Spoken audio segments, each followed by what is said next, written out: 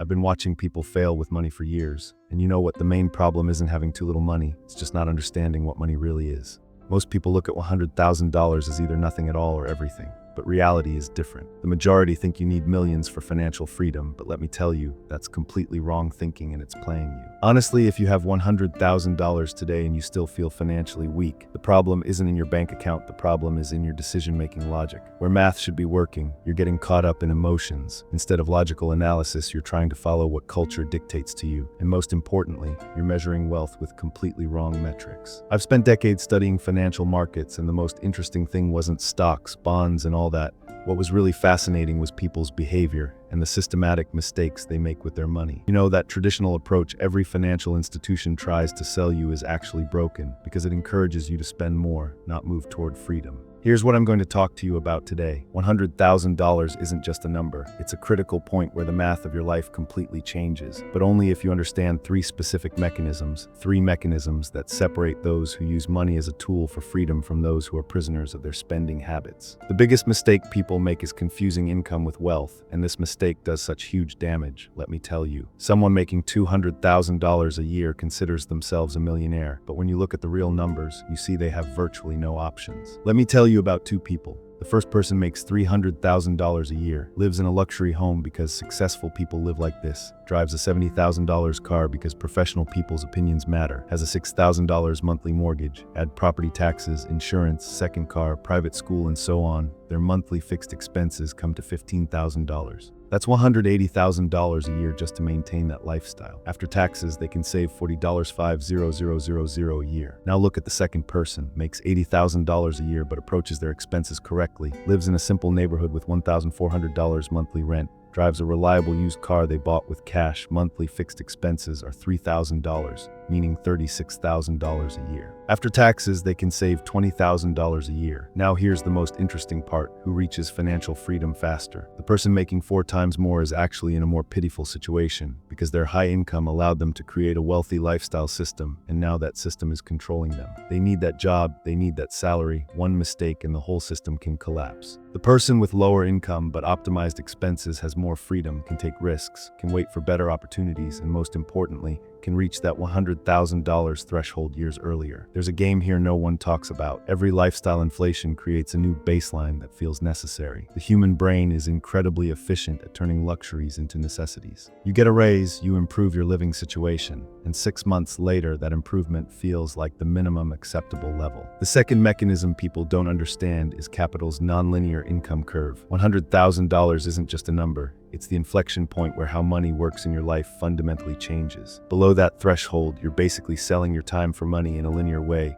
You work more, you earn more. The system is simple. But when you reach $100,000 in liquid capital, something changes and you now have enough mass to create income that starts to disconnect from putting in time. Let me show you the math. If you invest $10,000 at 8% annual returns, you create $800 a year, which is $67 a month. That's basically noise in most budgets. It doesn't change your decision process. But $100,000 at the same 8% creates $8,000 a year, which is $667 a month. Now we're talking meaningful numbers. This could be a car payment, grocery expenses, or insurance payments. More importantly, this is the beginning of a compounding system that can eventually completely replace your earned income. The real power shows up in the time graph. Let's say you save $20,000 a year. Getting from $0 to $100,000 takes 5 years, but from $100,000 to $200,000 with that same 8% return takes only 4 years, because now your savings and investment returns are working together. From $200,000 to $300,000 takes on average 3.5 years, and the curve accelerates. Each increment happens faster because the base you're earning on is growing. This is the compounding mechanism everyone talks about but few people actually experience because they never create that initial capital mass. Here's what makes this even more powerful. When you have that $100,000 base, your risk tolerance can also strategically increase. You can put smaller amounts like $5,000 or $10,000 into riskier but higher potential return opportunities, a business idea, learning a skill that can increase your income, a concentrated bet on something you've researched well. Even if it fails, you still have your base and you're not starting from zero. The third big mistake is optimizing completely the wrong variable. Most people adjust their lives for comfort, status, or short-term pleasure. But if your goal is financial freedom, you need to build something different: time freedom. Think about what money actually buys. Money doesn't buy happiness because this has been statistically proven after basic needs are met. It doesn't buy status either because status is an inherently relative and never satisfying social game. There's one thing money buys: time, specifically buying your time back from the market. Every dollar you invest that generates income is a small piece of your future time that you don't need to sell. When enough dollars are working for you, you reach the point where you don't need to sell your time at all. In mathematical terms, this is what freedom really means. Let me share a concept with you. I call it your freedom number. This is simpler and more accurate than most financial planning models because it focuses on the right variable. Your financial freedom is the capital you need to generate your annual expenses through conservative returns. If you spend $40,000 a year and you can get 4% returns, your freedom number is $1 million.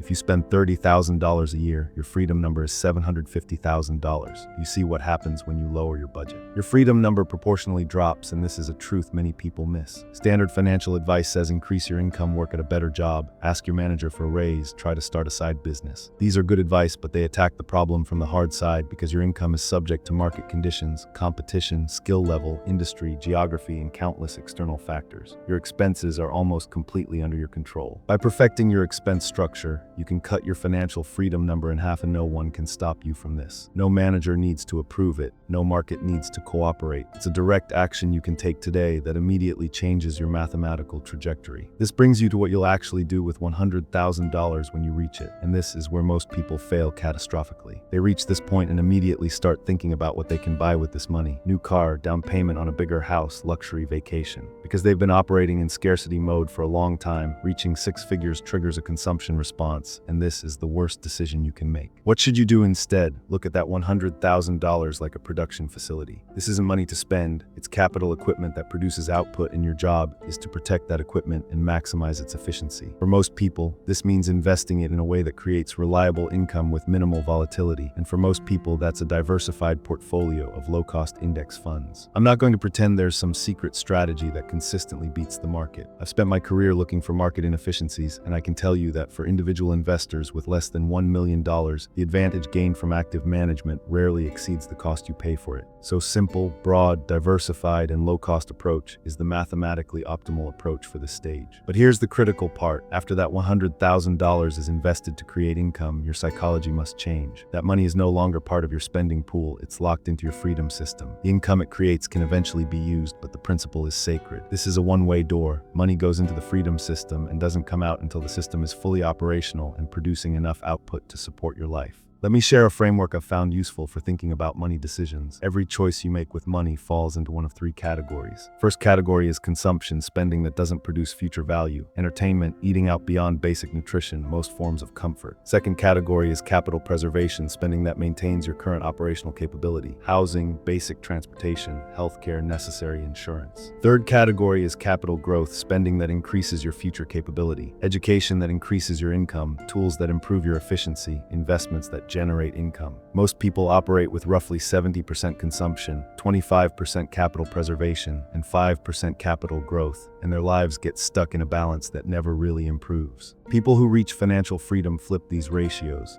They raise capital growth to 30-40%, keep capital preservation around 30%, and cut consumption to 30% or less. Let me make this concrete. You're deciding about spending $5,000 on a luxury vacation. This is first category spending, pure consumption. It produces memories and temporary pleasure, and then it's gone. Alternatively, you could invest that $5,000 into your freedom system, and at 8% returns, that $5,000 turns into roughly $73,000 in 30 years. But more importantly, it becomes part of a base that generates monthly income. Right now at 8%, $5,000 produces $400 a year, or if you don't touch the principal, $33 every month for the rest of your life. So the real question isn't, is a $5,000 vacation worth $5,000? The question is a week-long trip worth $33 a month for the rest of your life? When you frame it this way, the math becomes clearer, and some people will still choose the vacation, and that's fine, but they should make that choice knowing what the actual trade-off is. Now let's talk about the psychological dimension, because this is where even mathematically skilled people fail. Building up to $100,000 requires sustained discipline over several years, and the human brain isn't well designed for this kind of delayed gratification. We evolved in environments where resources were scarce and the future was uncertain. Immediate consumption made sense. Storing resources often meant they'd spoil or get stolen. Our neural wiring reflects that evolutionary history, and you're fighting against millions of years of programming that says, spend now, tomorrow may not come. The solution isn't willpower, because willpower is a limited resource that depletes with use. Instead, you need systems that make the right behavior automatic, and the most effective system I've seen is the priority allocation model. On the day you receive income, before you even see it in your main checking account, a predetermined percentage is automatically transferred to your investment accounts. You pay your freedom system first, not last. The money remaining in your checking account is the money you're willing to spend, and this eliminates the decision point. You never have to apply discipline or willpower because the right action happens automatically. Most people do the opposite. They receive their income, spend it on whatever comes up during the month, and then try to save whatever's left at the end of the month. This fails for obvious reasons, because there's always something left at the end of the month, and that something is usually close to zero. Expenses expand to consume available resources, and this is known in financial contexts as Parkinson's law. By extracting money before you can spend it, you force your expenses to fit into a smaller container, and because people are surprisingly adaptable, you adjust within a few months. The lower spending level feels completely normal. I recommend at least 20% of gross income goes directly to investments. If you're in the early stages of your wealth building phase, 30 or 40% is better. I've seen people maintain 50% savings rates for years, and this sounds extreme until you understand that freedom can cut your time horizon in half, retiring at 45 instead of 65. The other psychological trap is comparison. People are intensely social creatures. We constantly evaluate our status relative to others. When your colleagues are driving new cars and going on expensive vacations, when you're driving a 10-year-old car and cooking at home, your brain interprets this as low status, gets anxious, and creates psychological pressure to conform to the spending patterns around you. This is why your peer group has a huge impact on your financial outcomes. If you're surrounded by people who optimize for consumption, you'll be pulled toward consumption. If you're surrounded by people who optimize for freedom, you'll be pulled toward freedom. The solution is being intentional about your information environment. Stop following people on social media who display expensive lifestyles. Stop reading magazines and websites that promote consumption.